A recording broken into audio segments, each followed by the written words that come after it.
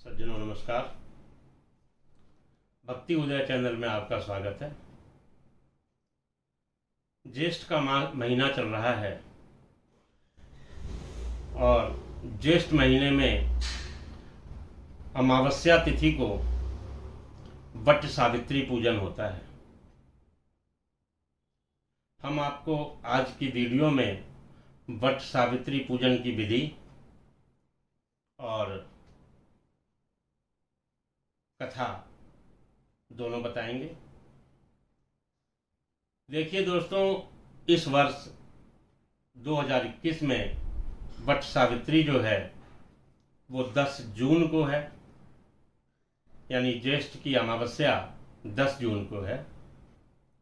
तो वट सावित्री व्रत सभी भक्त बहनें 10 जून को करें।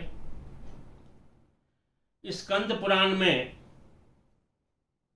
ये ज्येष्ठ की पूर्णिमा को बताया गया है, जबकि भविष्य पुराण में भाद्रपद की पूर्णिमा को बताया गया है। लेकिन ये व्रत लोकाचार में ज्येष्ठ अमावस्या को भी किया जाता है। इस व्रत को करने के लिए नियम त्रयोदशी से धारण करना चाहिए। त्रयोदशी को व्रत करें, एक बार भोजन करें। चतुर्दशी को फलाहार पर रहें और फिर अमावस्या के दिन वट वृक्ष के नीचे जाकर सावित्री की पूजा करें। हम पूजा विधि आगे आपको बताते हैं। इसके पहले आप सभी भक्तों से आग्रह है कि हमारे चैनल को यदि आपने सब्सक्राइब नहीं किया हो तो सब्सक्राइब कर लीजिए और बेल आइकन भी दबा दीजिए, ताकि हमारे नए वीडियोस की जानकारी आपको समय पर प्राप्त हो सके। और सज्जनों, कृपया वीडियो को लाइक करते रहें और शेयर करते रहें। तो आइए हम व्रत की विधि जानते हैं। अमावस्या के दिन ज्येष्ठ मास में वट वृक्ष के नीचे महिलाएं अपने सौभाग्य की प्राप्ति के लिए, अपने सौभाग्य और संतान की आयु वृद्धि के लिए ये व्रत करती हैं। उस दिन एक बांस की टोकरी बनाएं। उस बांस की टोकरी में 7 धान भरें, 7 प्रकार के अनाज, और उन अनाजों के ऊपर एक वस्त्र बिछाएं।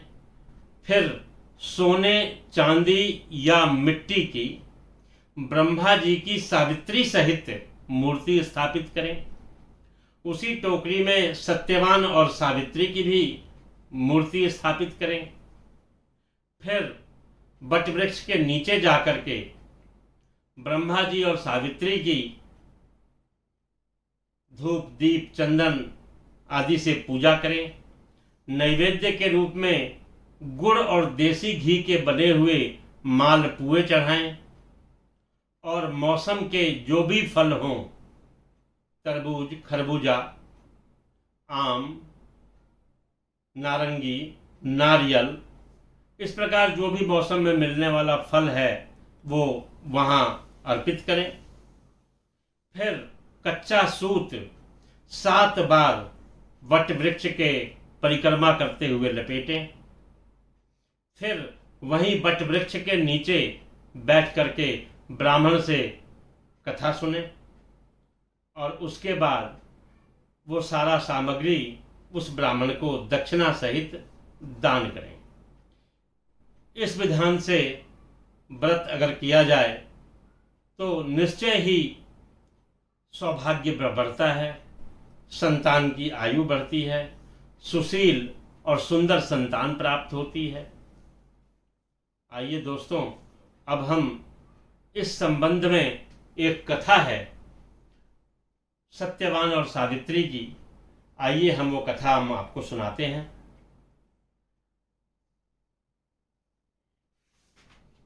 एक बार राजा युधिष्ठिर ने मधुसूदन भगवान कृष्ण से कहा, हे भगवान, अब आप मुझे वट सावित्री व्रत का विधान बताएं। भगवान बोले कि महाराज, सावित्री नाम की एक राजकन्या ने वन में ये व्रत किया था और स्त्रियों के कल्याण के लिए मैं उस व्रत का वर्णन कर रहा हूँ। उसे आप भी सुने। प्राचीन काल में मद्र देश, आज का पंजाब में एक बड़े सत्यवादी प्रजापालक अश्वपति नाम के राजा हुए। उनकी कोई संतान नहीं थी, इसलिए उन्होंने सपत्निक व्रत द्वारा देवी सावित्री की आराधना की। कुछ काल के अनंतर व्रत के प्रभाव से ब्रह्मा जी की पत्नी सावित्री ने प्रसन्न हो राजा को वर दिया कि राजन, तुम्हें मेरे ही अंश से एक कन्या उत्पन्न होगी। इतना कहकर सावित्री देवी अंतर्ध्यान हो गई और कुछ दिनों बाद राजा को एक दिव्य कन्या उत्पन्न हुई। वह सावित्री देवी के वर से प्राप्त हुई थी, इसलिए राजा ने उसका नाम सावित्री ही रखा। धीरे धीरे वह विवाह के योग्य हो गई। सावित्री ने भी भृगु के उपदेश से सावित्री व्रत किया। एक दिन वह व्रत के अनंतर अपने पिता के पास गई और प्रणाम करके वहां बैठ गई। पिता ने सावित्री को विवाह योग्य जानकर मंत्रियों से इस विषय में मंत्रणा की, लेकिन कोई श्रेष्ठ वर नहीं दिखाई दिया। तो राजा अश्वपति ने अपनी पुत्री से कहा कि पुत्री, तुम वृद्ध जनों और मंत्रियों के साथ जाकर स्वयं ही कोई वर ढूंढ लो। सावित्री भी पिता की आज्ञा स्वीकार कर मंत्रियों के साथ चल पड़ी। बड़े अल्पकाल में ही राजर्षियों के आश्रम, सभी तीर्थ और तपोवन में घूमती हुई और वृद्ध ऋषियों का अभिनंदन करती हुई वह मंत्रियों सहित पुनः अपने पिता के पास लौट आई। सावित्री ने देखा कि राजसभा में देवर्षि नारद बैठे हुए हैं। सावित्री ने देवर्षि नारद और पिता को प्रणाम कर अपना वृतांत बताया। महाराज, साल्व देश में द्युमत सेन नामक एक धर्मात्मा राजा हैं। मंत्रियों ने, दुष्ट लोगों ने उनका राज्य छीनकर उन्हें राज्य से निकाल दिया है। अब वो तपोवन में रहते हैं। उनकी जो आंखें हैं वो चली गई हैं। उनके सत्यवान नामक पुत्र है, मैंने उसे वरण किया है। सावित्री की बात सुनकर देवर्षि नारद कहने लगे, राजन, इसने बाल स्वभाववश उचित निर्णय नहीं लिया। हालांकि द्युमत सेन का पुत्र सभी गुणों से संपन्न है, परंतु उसमें एक बड़ा भारी दोष है कि आज के ही दिन ठीक 1 वर्ष बाद उसकी मृत्यु हो जाएगी। देवर्षि नारद की वाणी सुनकर राजा ने सावित्री से किसी अन्य वर को ढूंढने के लिए कहा। सावित्री बोली, पिताजी, राजाओं की आज्ञा एक बार होती है। पंडित लोग एक बार बोलते हैं और कन्या भी एक ही बार दी जाती है। ये तीनों बातें बार बार नहीं होती। सत्यवान दीर्घायु हो या अल्पायु, निर्गुण हो या गुणवान, मैंने तो उसका वरण कर लिया। अब मैं दूसरे पति को कभी भी नहीं चुनूंगी। जो कहा जाता है उसका पहले विचार पूर्वक मन में निश्चय कर लिया जाता है, और जो वचन कह दिया जाए वही करना चाहिए। इसलिए मैंने जो मन में निश्चय किया है मैं वही करूंगी। सावित्री का ऐसा निश्चय युक्त वचन सुनकर देवर्षि नारद ने कहा, हे राजन, आपकी कन्या को यही अभिष्ट है तो इस कार्य में जल्दी कीजिए। आपका यह दान कर्म निर्विघ्न संपन्न हो। इस तरह कहकर नारद मुनि स्वर्ग चले गए। राजा ने भी शुभ मुहूर्त में सावित्री का सत्यवान से विवाह कर दिया। सावित्री भी मनवांछित पति पाकर प्रसन्न हुई। दोनों अपने आश्रम में सुखपूर्वक रहने लगे। परंतु नारद मुनि की वाणी सावित्री के हृदय में खटकती रहती थी। जब वर्ष पूरा होने को आया तब सावित्री ने विचार किया कि अब मेरे पति की मृत्यु का समय समीप आ गया है। यह सोचकर सावित्री ने ज्येष्ठ मास के कृष्ण पक्ष की त्रयोदशी से व्रत धारण किया और वह भगवती सावित्री का जप, ध्यान, पूजन करती रही। उसे यह निश्चय था कि आज से चौथे दिन सत्यवान की मृत्यु होगी। सावित्री ने 3 दिन रात नियम से व्यतीत किए। चौथे दिन देवता पितरों को संतुष्ट कर अपने ससुर और सास के चरणों में प्रणाम किया। सत्यवान वन से लकड़ी लाया करता था। उस दिन भी वह लकड़ी लेने के लिए जाने लगा। सावित्री भी उसके साथ जाने को तैयार हो गई। इस पर सत्यवान ने सावित्री से कहा, वन में जाने के लिए अपने सास ससुर से पूछ लो। वह पूछने गई। पहले तो सास ससुर ने मना किया, किंतु सावित्री के बार बार आग्रह करने पर उन्होंने जाने की आज्ञा दे दी। दोनों साथ साथ वन में गए। सत्यवान ने वहां लकड़ी काटकर बोझा बांधा, लेकिन उसी समय उसके सिर में बड़ी पीड़ा उत्पन्न हुई। उसने सावित्री से कहा, प्रिय, मेरे सिर में बहुत दर्द है, इसलिए थोड़ी देर विश्राम करना चाहता हूं। सावित्री अपने पति के सिर को अपनी गोद में लेकर बैठ गई। इतने में ही यमराज वहां आ गए।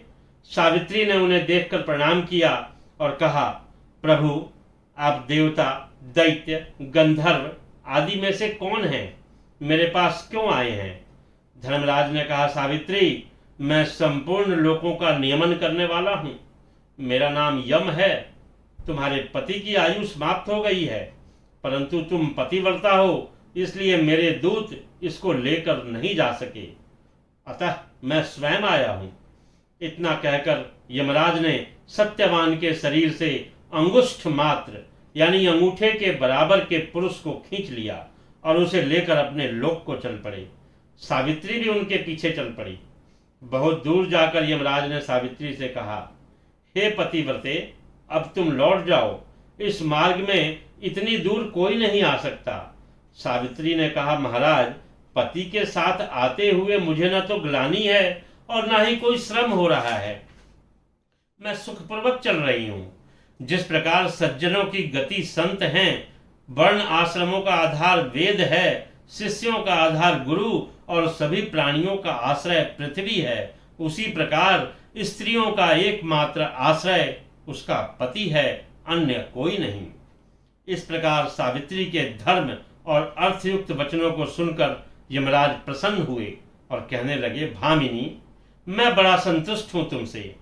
तुम जो पसंद हो वह वर मांग लो। तब सावित्री ने विनय पूर्वक 5 वर मांगे।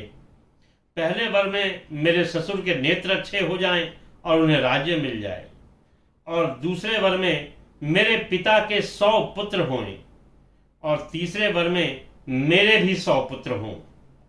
मेरा पति दीर्घायु हो और हमारी सदा धर्म में दृढ़ श्रद्धा रहे।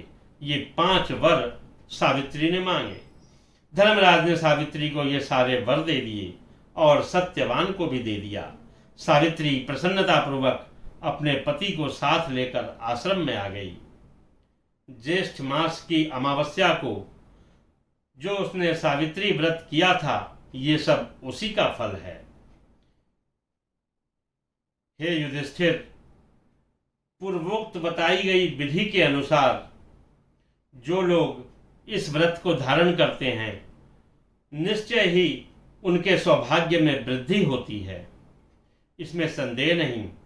उनके पुत्र, पौत्र, धन आदि सभी पदार्थों को वे प्राप्त करके चिरकाल तक पृथ्वी पर सुख भोग कर अंत में वे ब्रह्मलोक को प्राप्त होती हैं। यह व्रत स्त्रियों के लिए पुण्यवर्धक, पापहारक, दुख प्रणाशक और धन प्रदान करने वाला है। जो नारी भक्ति से इस व्रत को करती है, वह सावित्री की भांति दोनों कुलों का उद्धार कर पति सहित चिरकाल तक सुख भोगती है। हे युधिष्ठिर, जो इस महात्म को पढ़ते हैं और सुनते हैं, वे भी मनवांछित फल प्राप्त करते हैं। इस प्रकार मित्रों, ये वट सावित्री व्रत की कथा संपन्न हुई। इस वर्ष वट सावित्री का व्रत 10 जून 2021 को है। सभी भक्त महिलाओं से आग्रह है वे इस वट सावित्री के व्रत को धारण करें और अपने सुख सौभाग्य की वृद्धि करें। हम अगली वीडियो आपके लिए फिर लेकर उपस्थित होंगे। तब तक के लिए राधे राधे, जय श्री कृष्णा।